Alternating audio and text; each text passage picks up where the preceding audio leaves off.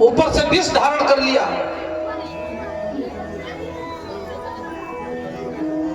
तो जो विष था राम के साथ मिल करके, विष और राम को जोड़ दीजिए तो क्या होगा? विश्राम हो गया। क्या हुआ? विश्राम हो गया। भगवान ने उस विष को धारण किया, पहले से राम को गले में धारण करके रखे थे, और उसी दिन से भगवान शिव का नाम पड़ गया नीलकंठ।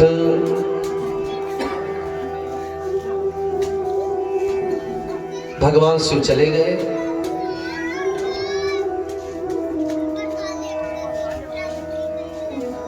समुद्र मंथन से 14 रत्न की प्राप्ति हुई।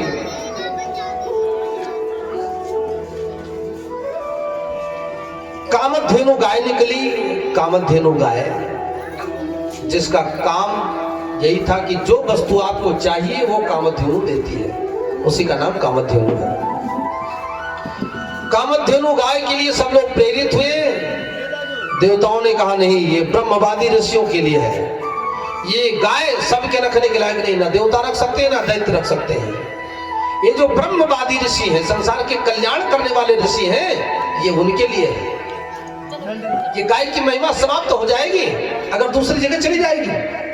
तो कामधेनु गाय ब्रह्मवादी ऋषियों को दे दी गई। ये रावत हाथी निकला, उच्च श्रवा घोड़ा निकला। तो जो राजा बलि थे, राजा ने देखा कि विश्व ब्रह्मांड में ऐसा घोड़ा हमने देखा नहीं। तो राजा बलि ने कहा सुनो, ये घोड़ा हमको चाहिए। घोड़ा दे दिया राजा बलि को। ये रावत हाथी निकली। इंद्र ने कहा देखो महाराज, घोड़ा तुमने ले लिया है, बेईमानी मत करो, तो ये हाथी हम लेंगे। तो हाथी ले लिया इंद्र ने। कौस्तुभ मणि निकली, बड़ी सुंदर मणि। अब वो मणि कौन लेगा? तो इंद्र ने कहा कि जिसके हृदय पर ज्यादा चमक पैदा करे, ये मणि उसी को पहनाई जाए।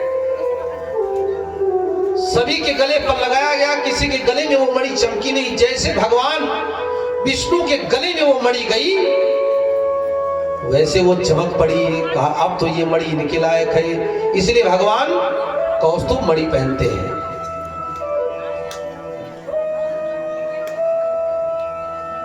कल्प वृक्ष निकला।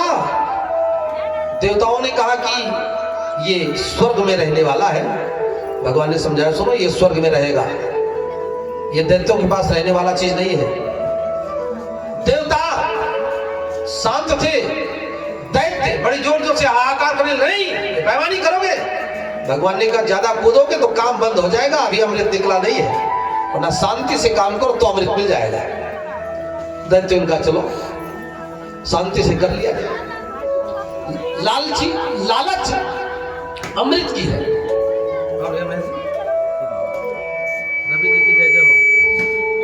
राघवेंद्र भगवान की जय, श्री सीताराम जी महाराज की जय। अप्सराएं निकली। भगवान ने इशारा किया, ये अप्सरा जहां जाएंगी वहां बर्बादी करेंगी, तो इनको दैत्य राक्षसों को ले जाए। उनकी जरूरत भी थी, सुरा सुंदरी दैत्यों की आवश्यकता होती है। तो अप्सराएं दिव्य सुंदरांगना थी, तो दैत्यों को दे दिया।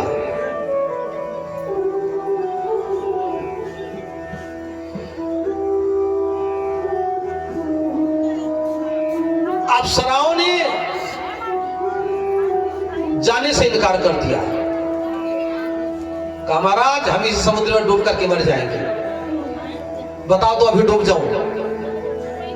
तो अप्सराओं से कहा तुम कहां रहना चाहती हो? तो कहा महाराज हमको इंद्र के दरबार में हमको सुख मिलेगा। भगवान ने कहा हम क्या कर सकते हैं, ये अप्सराएं जाना नहीं चाहती तुम्हारे पास। अप्सरा को लेकर के इंद्र चले गए स्वर्ग में। लक्ष्मी निकली। लक्ष्मी के हाथ में माला था। सब लक्ष्मी को प्राप्त करने के लिए देवता लालायित हुए।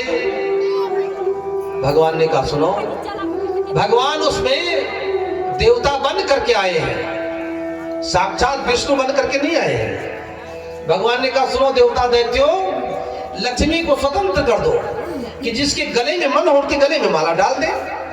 सब देवता दैत्य सब लाइन में लग गए। लक्ष्मी जी ने माला लिया, चलती रही और भगवान के गले में माला डाल दिया। बोले लक्ष्मी नारायण भगवान की जय। दैत्य हल्ला मचाने लगे, ये क्या हुआ, बेईमानी हो गया। भगवान ने कहा बेईमानी नहीं हुआ, ये तो जी अपनी इच्छा से जिन्होंने स्वयंवर किया ये इनकी इच्छा है। तुम ज्यादा सुंदर होते तो तुम्हारे गले में माला पड़ जाता, इसमें किसी का दोष तो है नहीं। तभी से भगवान लक्ष्मी नारायण हो गए। बोले लक्ष्मी नारायण भगवान की। बारुणी देवी, बारुणी देवी निकली। बारुणी देवी मदिरा वाली देवी। हाँ, अब ये बात समझने की बात है। समुद्र से लक्ष्मी भी निकली और समुद्र से बारुणी माने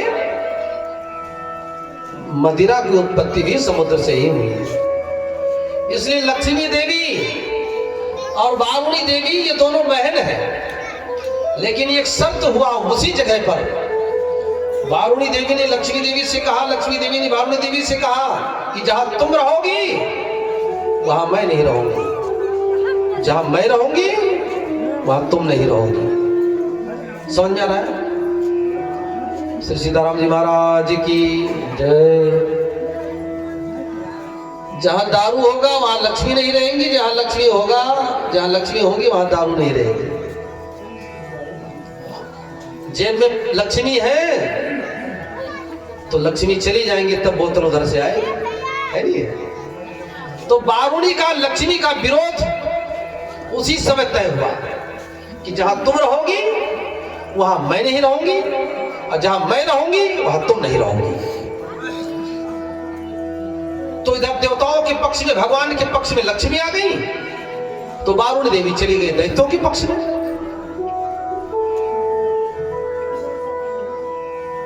अलौकिक पुरुष प्रकट हुआ, हाथ में अमृत का कलश लिए हुए। बोले राघवेंद्र भगवान की जय।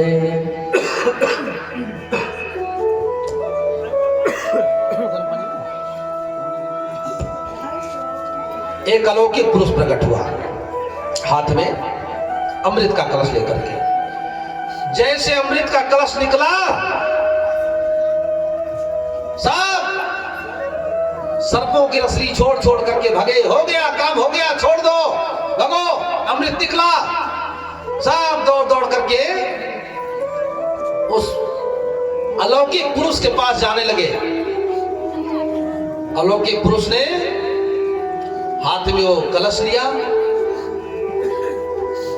और कहा देखो दैत्यों देवताओं तुम सब बैठो। तब तक एक दैत्य वो कलश लेकर के भागा। उसी के तलाश थी कि अमृत का कलश जैसे निकलेगा हम लोग भाग लेंगे लेकर के। दैत्य ने कहा भागो रे भागो, अमृत निकल गया, छोड़ को भागो देवताओं को। सब देवता रोने लगे, महाराज परिश्रम हमने किया, मेहनत हमने किया, प्लान हमने बनाया, और ये दैत्य तो ये अमृत का कलश लेके भाग रहे हैं महाराज। भगवान ने कहा शांत रहो। तुरंत भगवान ने मोहिनी का रूप धारण किया। बोलिए मोहिनी महारानी की जय। भगवान ने विश्व मोहिनी का रूप धारण किया। दैत्य भागे जा रहे थे, पीछे से देवता इनको लखेट रहे थे, भैया कहां बेईमानी किए जा रहे हो, हमको भी इस पे अधिकार मिलना चाहिए, ये तो बेईमानी करते हो, तुम मेरे बड़े भाई हो,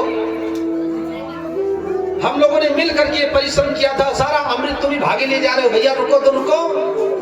उधर से भगवान मोहिनी का रूप धारण करके विश्व मोहिनी माने पूरा विश्व मोहित हो जाए जिसके स्वरूप पर